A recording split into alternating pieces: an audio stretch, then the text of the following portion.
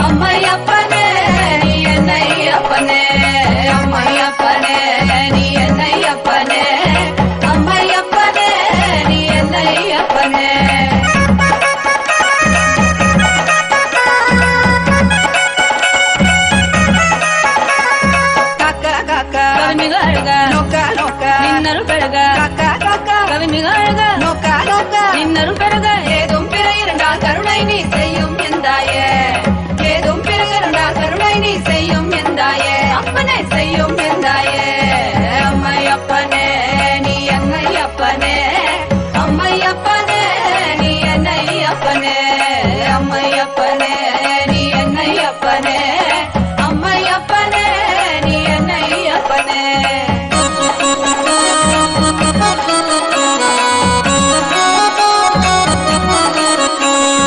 மக்களுக்காக மறுபடியும் நீ அவதரித்தானே மக்களுக்காக மறுபடியும் நீ அவதரித்தானே என்னை அம்மையப்பனே அம்மையப்பனே நீ என்னை அப்பனே அம்மையப்பனே நீ என்னை அப்பனே அம்மையப்பனே நீ என்னை அப்பனே அம்மையப்பனே நீ என்னை அப்பனே அம்மையப்பனே நீ என்னை அப்பனே அம்மையப்பனே நீ என்னை அப்பனே நீ என்னை அப்பனே அம்மையப்பனே நீ என்னை அப்பனே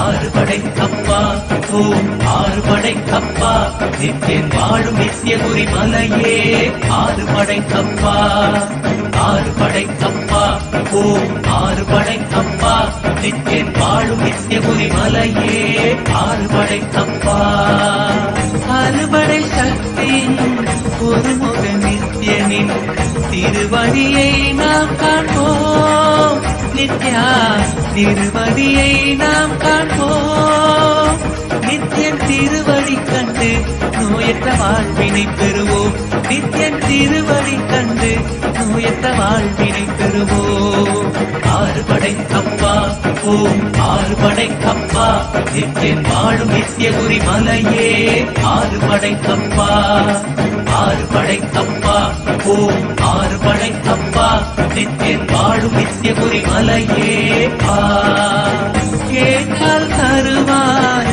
வந்தால் அருள்வாய் நித்தியபுரி நித்யா நித்தியபுரி நித்யா நித்தியன் பாதம் கண்டு சகல செல்வமும் பெறுவோம் நித்தியன் பாதம் கண்டு சகல செல்வமும் பெறுவோம் ஆறுபடை கப்பா ஓம் ஆறுபடை கப்பா நித்தியன் வாழும் நித்தியபுரி மலையே ஆறுபடை கப்பா ஆறுபடை கப்பா ஓம் ஆறுபடை கப்பா நித்தியன் வாழும் நித்தியபுரி மலையே ஆறுபடை கப்பா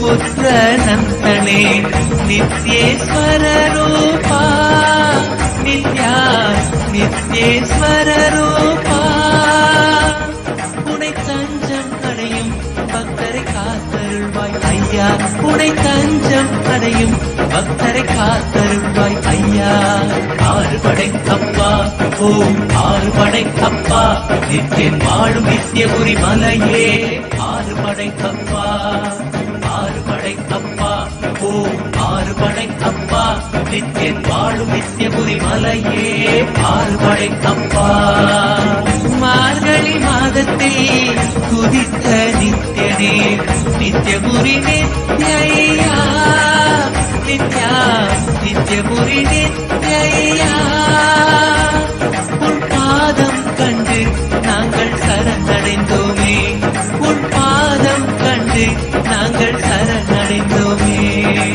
ஆறுபடை கப்பா ஓம் ஆறுபடை கப்பா நித்தியன் வாழும் நித்தியபுரி மலையே ஆறுபடை கப்பா ஆறுபடை கப்பா ஓம் ஆறுபடை அப்பா நிற்கேன் வாழும் நித்தியபுரி மலையே ஆறுபடை அப்பா ஆறுபடை அப்பா ஓம் ஆறுபடை அப்பா நிற்கேன் வாழும் நித்தியபுரி மலையே ஆறுபடை அப்பா ஆறுபடை அப்பா ஓம் ஆறுபடை அப்பா நிற்கேன் வாழும் நித்தியபுரி மலையே ஆறுபடை அப்பா ஆறுபடை அப்பா ஓம் ஆறுபடை அப்பா நிற்கேன் வாழும் நித்தியபுரி மலையே ஆறுபடை அப்பா ஆறுபடை அப்பா ஓம் ஆறுபடை அப்பா நிற்கேன் வாழும் நித்தியபுரி மலையே ஆறுபடை அப்பா ஆறுபடை அப்பா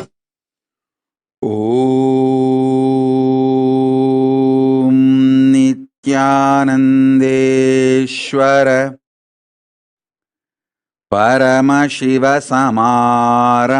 பரமசிவசமாரம்பாம் நித்யானந்தேஸ்வரி பரமசக்தி மத்யமாம்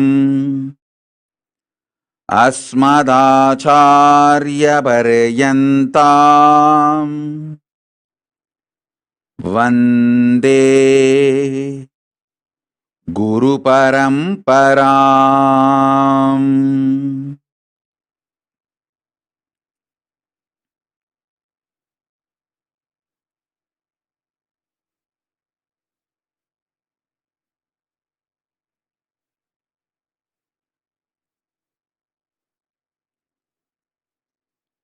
I welcome all of you with my love and respects.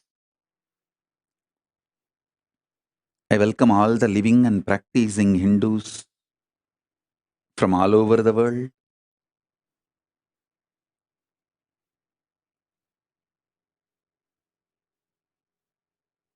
All the ministers, diplomats, ambassadors, citizens, consulate generals, Mantreshwaras, Vidyeshwaras, Ganeshwaras, Lokeshwaras, Astreshwaras. I welcome all of you with my love and blessings. Paramashiva's message directly from Kailasa.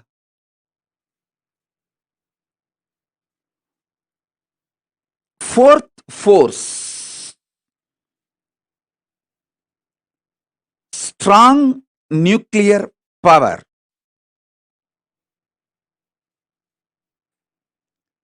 is the extension and inclusive of gravity, electromagnetic force, weak nuclear force, all its permutation combinations. Listen. The fourth force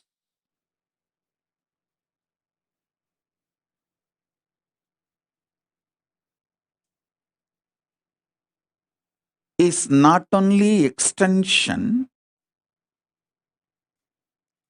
it includes all the other three. I wanted to remind all of you once more, Hinduism is cosmic science. It teaches you the whole life. மண்ணில் நல்லவண்ணம் வாழலாம், விண்ணில் நல்லவண்ணம் உறையலாம்.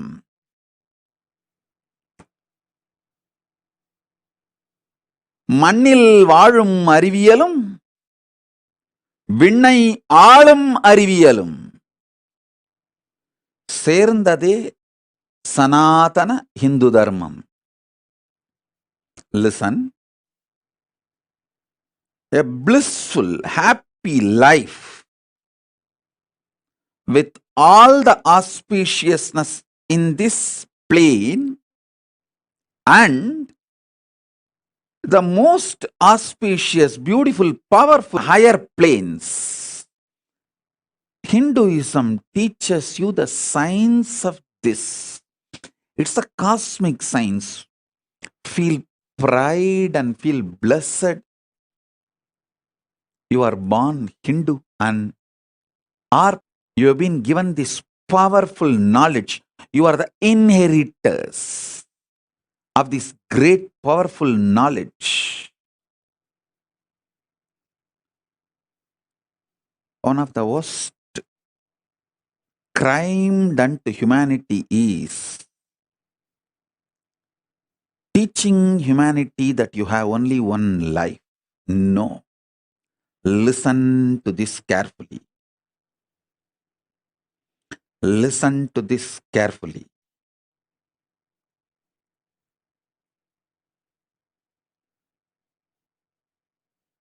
Telling you only we exist, human beings exist in this universe is stupidity. Telling you beings from the other planes, other universe, other parts of the universe are aliens is criminal, crime. Beings from other planes are neither aliens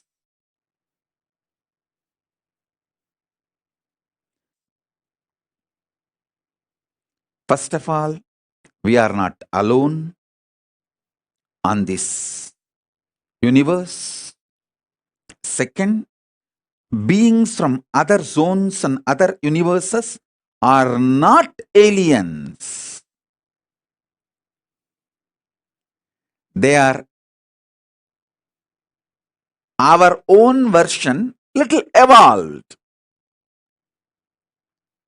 Our own version, evolved, are the Devas, Gana, Rakshasa, Rishi, Muni, Gandharva, all of them. Our transformed existence is Kailasavasis. I am not telling you any cock and bull stories. I am not giving you any theories, theologies. I am giving you a clear knowledge, truth as it is. I have come from Kailasa to introduce this cosmic science to the modern human beings because modern human beings forgot this whole science. I am reviving this whole science. So listen.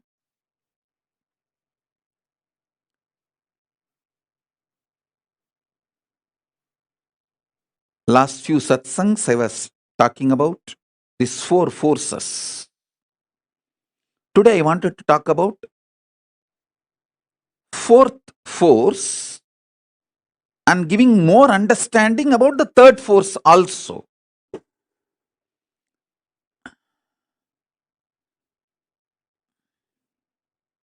Everything you know about the nuclear power, quantum physics, parallel universe, everything which is established, this multiple existence, all of it put together is third force.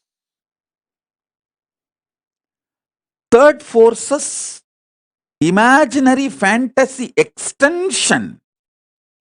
If you do a scientific fiction movie, sci-fi movie, based on all your understandings about the third force, it is fourth force. Listen. Till now, human beings have not decoded the fourth force in a concrete way, but the fourth force is all possibility of third force. Because it is all possibility of the third force, any science fiction movie you develop based on anything you know about the third force is a reality in the fourth force. Listen to that. I'm repeating.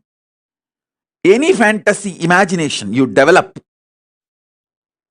centered on the principles you know about the third force is part of the fourth force.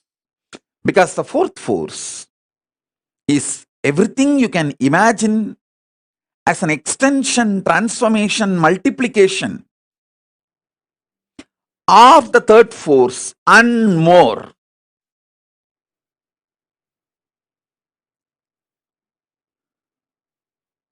That's the fourth force. Let me give you some more understanding about the third force. Listen. Multiple universes, planes exist. That's the first thing.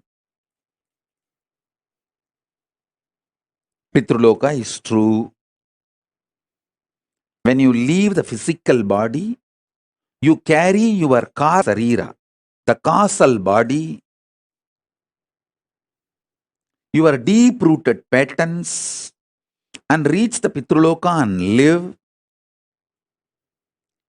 I am not lying to you when I say, if your generations give you the Shraddha and Pinda only, you will be happy and have a social respect in the Pitruloka. I am not strategic or cunning or lying when I utter this word. I am uttering the truth. It's not that I wanted the Hinduism to spread and kept alive, so I am telling you this story. If Hinduism is not kept alive, planet Earth will not be there. Get lost. I have nothing to lose. I already renounced the planet Earth. I am in Kailasa. If you guys want the planet Earth,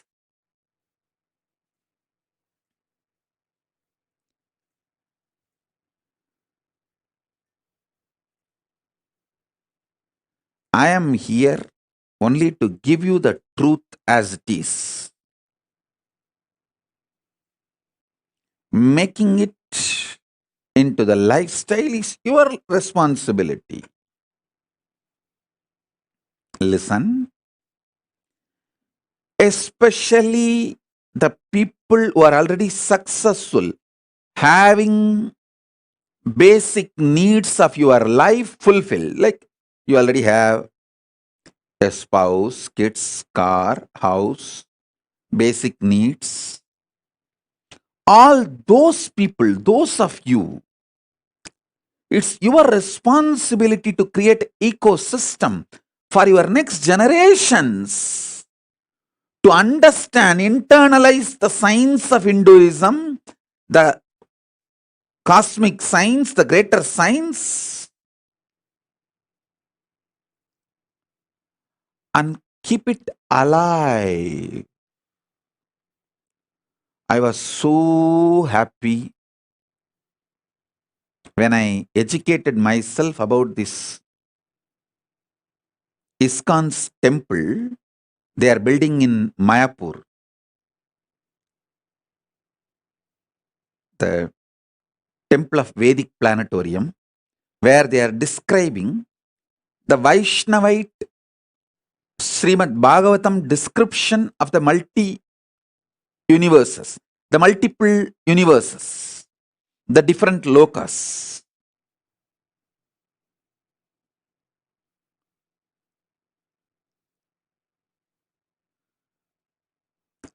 It's a Vaishnavite version. It's a Bhagavatam version. But I am so happy that they have attempted to make people understand about the existence of the multiple universes, the vertical time zones. Surely, I'll be giving the Vedic Agamic version of the multiple universes and building a temple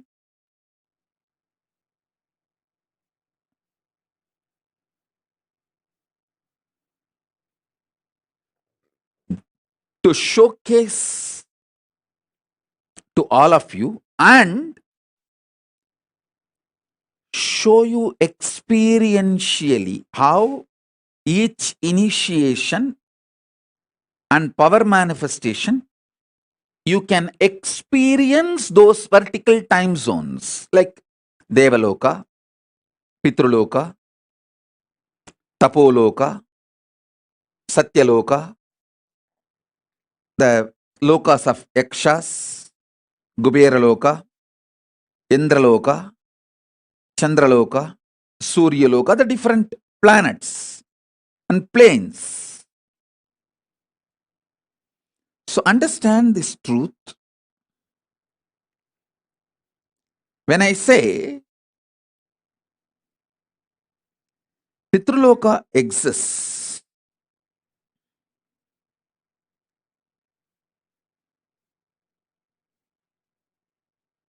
it is true.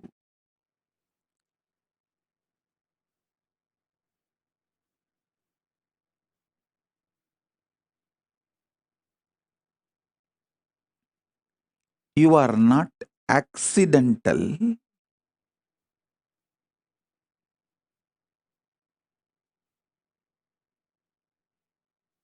Evolution of some biological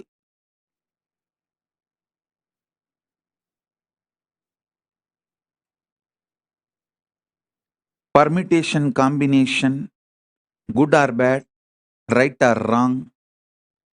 No. You are a conscious manifestation to celebrate, live your existence on this plane and in higher planes, vertical time zones.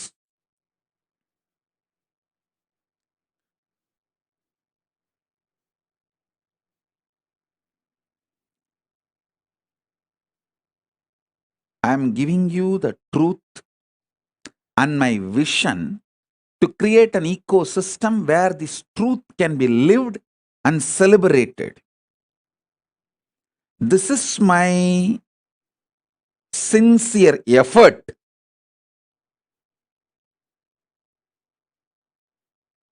to whether the first Kailasa I manifested in Tiruchengodu or the Kailasa I am manifesting in multiple places now, or the Mahakailasa I am manifesting. This is the vision. Vision is where human beings are given a very powerful supportive ecosystem where they are complete about everything related to this world. Health, wealth, beautiful relationships, success, feeling empowered, enlightened, and know about the vertical time zone, multiple universes, and start experiencing it, preparing themselves to live in those spaces after they leave the body. Because life doesn't end when your body stops functioning. No.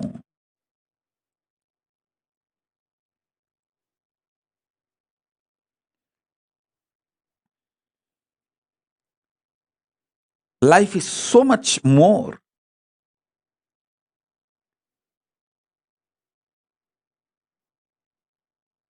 Than you can even imagine, understand.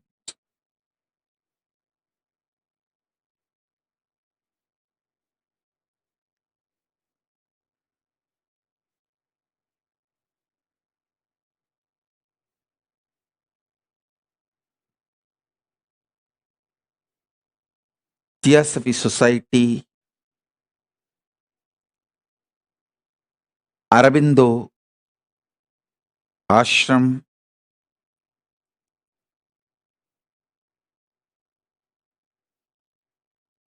Paramahamsa Yogananda, Osho, Maharishi Mahesh Yogi, ISKCON, Ramakrishna Mission, Sampradaya, all of them have sincerely trying to make the same vision in their own version.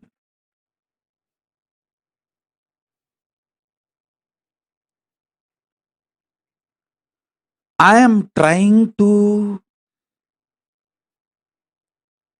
create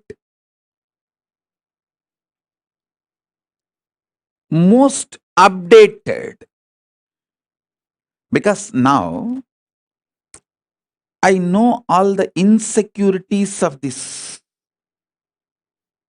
human beings, why something is successful and why something fails. Above all, time is in my favor. I am too young. I am only in early 40s.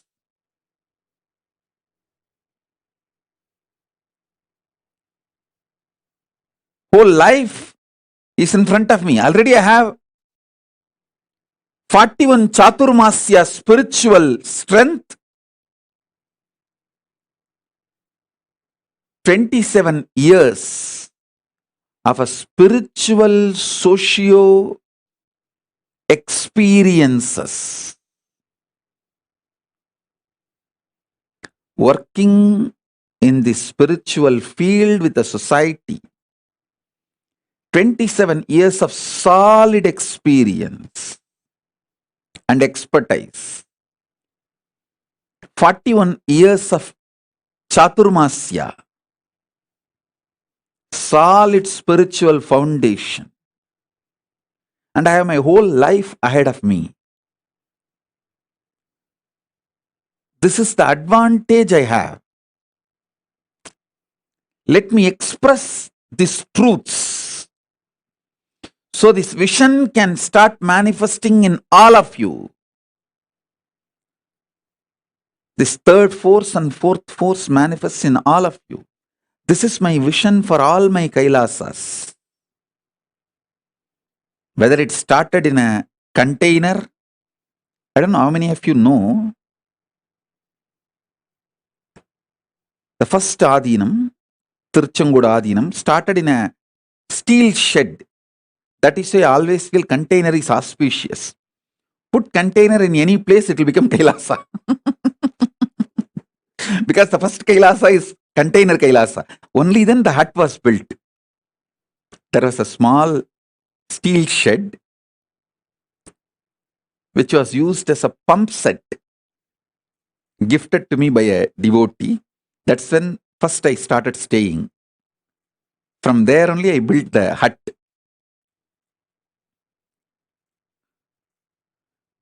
So that is why even now, anywhere people give me, donate property, I tell them first put a container, plant a container, start container Kailasa.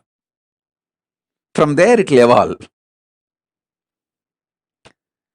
From container Kailasa to uncontainable Kailasa.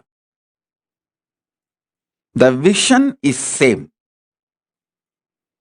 Where Viptam for human beings,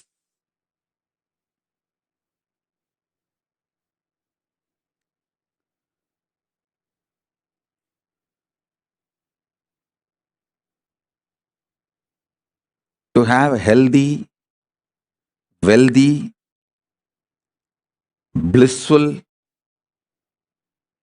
complete life in this plane and enlightened, awakened life with the higher zones.